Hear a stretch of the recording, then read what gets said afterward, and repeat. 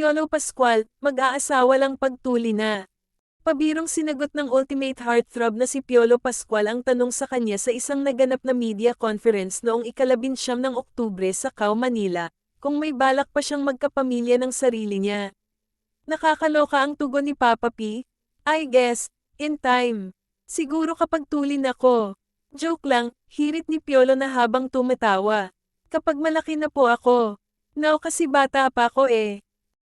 Sundot pang biro ng kapamilya actor, sa ngayon daw ay marami pa siyang labada kaya wala pa siyang oras para sa pagse-settle down.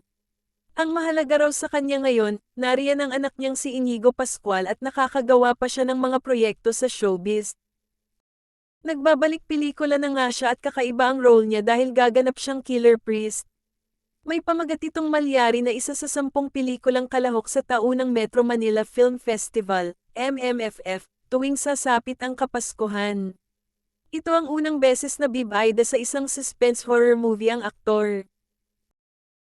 Sa isyu naman na nabuntis niya si Shaina Magdayaw, ang kanyang rumored girlfriend, natatawang sinabi ni Piolo na mabuti pa raw ang ibang tao ay alam ito, nang ma-corner pa siya ng ibang press pips. Inilarawan naman niya na very beautiful kung ano man ang ugnayang namamagitan sa kanilang dalawa ng aktres,